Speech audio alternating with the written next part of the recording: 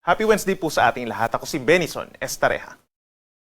Kanina pong alas 8 ng umaga, isang low pressure area yung nabuo dito po sa may silangan ng Luzon. And as of 3 in the afternoon, ay huling namataan ng sentro ng low pressure area sa vicinity ng Polillo Islands sa amin sa Quezon. Base sa ating analysis, hindi po ito magiging isang ganap na bagyo sa susunod na 24 oras. Actually, posibleng malusaw na rin po ito.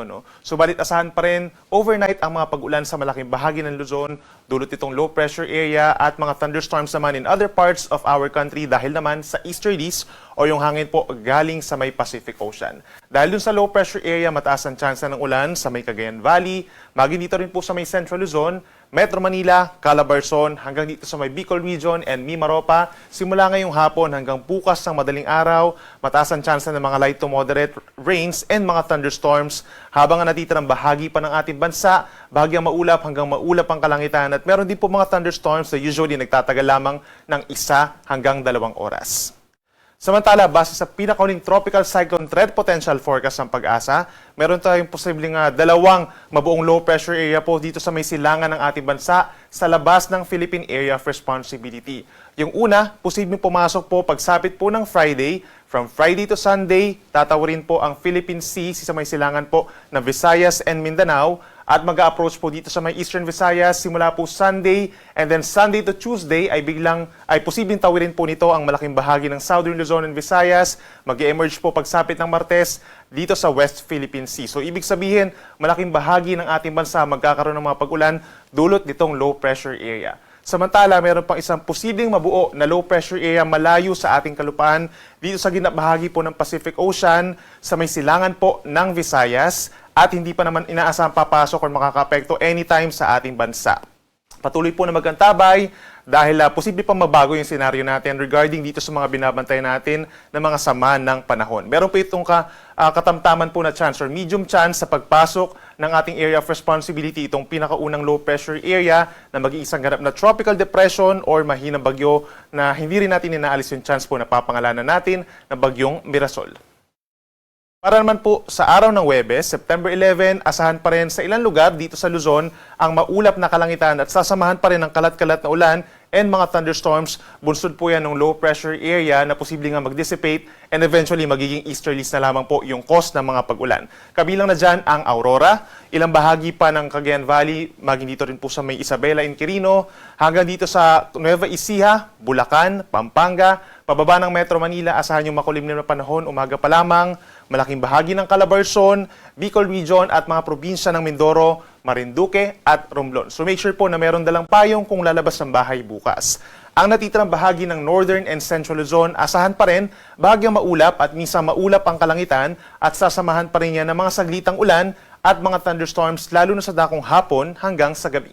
Sa Metro Manila, ang temperatura bukas 25 to 30 degrees Celsius, mas malamig sa Baguio City mula 16 to 22 degrees, habang pinakamainit naman sa may Ilocos Norte sa Lawag, 24 to 32 degrees Celsius. Sa ating mga kababayan at mamamasyal po, dito sa may northern portion of Palawan, kabilang ng Calamian Islands at maging sa mga probinsya ng Capiz, Aklan and Antique, bukas mostly cloudy skies na as early as morning dahil po yan sa epekto ng easterlies, habang natitirang bahagi ng Palawan and Visayas, by tomorrow, partly cloudy to cloudy skies dahil din sa easterlies na sasamahan ng may kainitan tanghali at sa dakong hapon hanggang sa gabi ay mostly cloudy skies na may chance rin po ng mga pulupulong mga pag-ulan or mga pagkidlat pagkulog na usually nagtatagal ng 1 hanggang 2 oras. Dito sa Puerto Princesa, temperatura mula 25 to 32 degrees, habang sa may Metro Cebu naman mula 25 to 31 degrees Celsius. At sa ating mga kababayan po sa malaking bahagi ng Mindanao, asahan ng fair weather conditions. Ibig sabihin, partly cloudy to cloudy skies in some areas of Zamboanga Peninsula, Northern Mindanao and Caraga Region, habang ang southern portions, asahan yung maaraw naman na umaga hanggang sa tanghali. Then sa hapon hanggang gabi, asahan naman yung mostly cloudy skies na sa malaking bahagi po ng Mindanao. Sasamahan din yan ng mga thunderstorms na usually nagtatagal ng 1 hanggang 2 oras. So make sure po na meron tayong dalang payong or kapote kung lalabas ng bahay sa hapon. Dito sa may Zamboanga City, temperatura posibleng umabot pa rin sa 32 degrees, habang mas mainit sa Davao City hanggang 33 degrees Celsius. At para naman sa lagay ng ating karagatan sa susunod na 2 hanggang 3 araw, wala po tayong asahang gale warning or babala sa mga delikadong alon. Typical na po yung kalahati hanggang 1 metrong taas na mga alon malayo sa pangpang, subalit umaabot din yan minsan ng 1.5 metro or kalahating palapag po ng gusaling taas ng mga pag-alon kapag meron tayong malalakas na mga pag-ulan dulot ng thunderstorms. At para naman sa ating 3-day weather outlook pa, simula po sa Friday hanggang sa katapusan ng weekend, malaki yung magiging impluwensya po ng low pressure air na papasok ng ating area of responsibility. Sa araw ng Biyernes, inuulit natin, lalapit po ito dito sa may Eastern Visayas and Eastern Mindanao, kaya't asahan malaking bahagi nito magkakaroon ng mga pag-ulan. Dito sa Luzon, pagsapit po ng Friday, malaking bahagi ng Luzon ng partly cloudy to cloudy skies, fair weather conditions, pero dahil tag-ulan na, sasamahan pa rin yan ng mga pulupulong mga pag-ulan at mga pagkitlat pagkulog. Then pagsapit po ng Sabado, ilang bahagi na ng Kabikulan, ang mataas ang tsansa ng ulan, kabilang na dyan ng Sorsogon and Masbate, habang dahil sa easterlies, medyo tataas din po yung tsansa ng mga pag-ulan dito sa may Cagayan Valley, Aurora, Quezon Province, and Camarines Provinces. But pagsapit po ng Linggo, ito yung time kung saan malapit na sa may Bicol Region and Eastern Visayas yung papasok na low pressure area. Malaking bahagi ng Kabikulan na magkakaroon ng maulap na kalangitan. Sasamahan din yan ng kalat-kalat na ulan and thunderstorms. So make sure po kung lalabas tayo ng bahay sa araw po ng Linggo ay magbaon ng payong habang natitirang bahagi pa ng Luzon. Over the weekend, partly cloudy to cloudy skies at may tsansa pa rin ng mga isolated rain showers. Sa ating mga kababayan po sa Visayas, pinaka-apektado ng mga pag-ulan pagsapit ng Friday ang Eastern Samar dahil dun sa trough or outer portion nung papasok na low pressure area. Habang pagsapit po ng Sabado, malaking bahagi na ng Eastern Visayas kabilang itong Tacloban City ang magkakaroon ng maulap na kalangitan at madalas na mga pag-ulan at mga thunderstorms. So make sure na meron dalang payong at mag-ingat na rin po sa banta ng baha at pagguho ng lupa. Then pagsapit ng Linggo, ito yung time kung saan malapit sa may Samar Island yung low pressure area. So malaking bahagi ng Kabisayaan, maulap ang kalangitan at sasamahan din to ng mga pag-ulan, light to moderate with at times heavy rains, hindi naman siya tuloy-tuloy, pero posible pa rin magdulot ng mga pagbaha at pagguho ng lupa. So laging tumutok sa ating mga heavy rainfall warnings and rainfall advisories sa mga susunod na araw.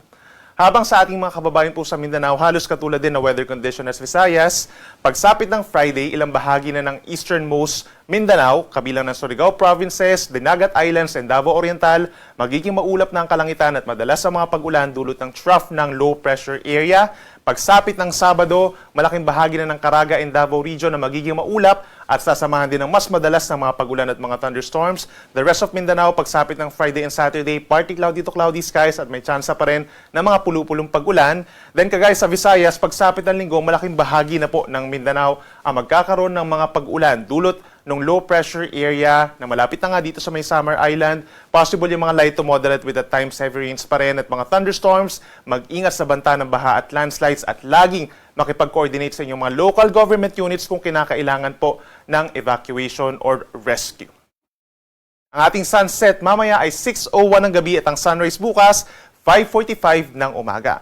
Ang high tide natin ay mamayang madaling araw, hating gabi 12:01 at 0.89 meter, habang ang low tide naman sa may Manila Bay ay 6:18 at 0.22 meter. At yan muna ang latest mula dito sa Weather Forecasting Center ng Pag-asa. Ako muli si Benison Estareja na nagsasabing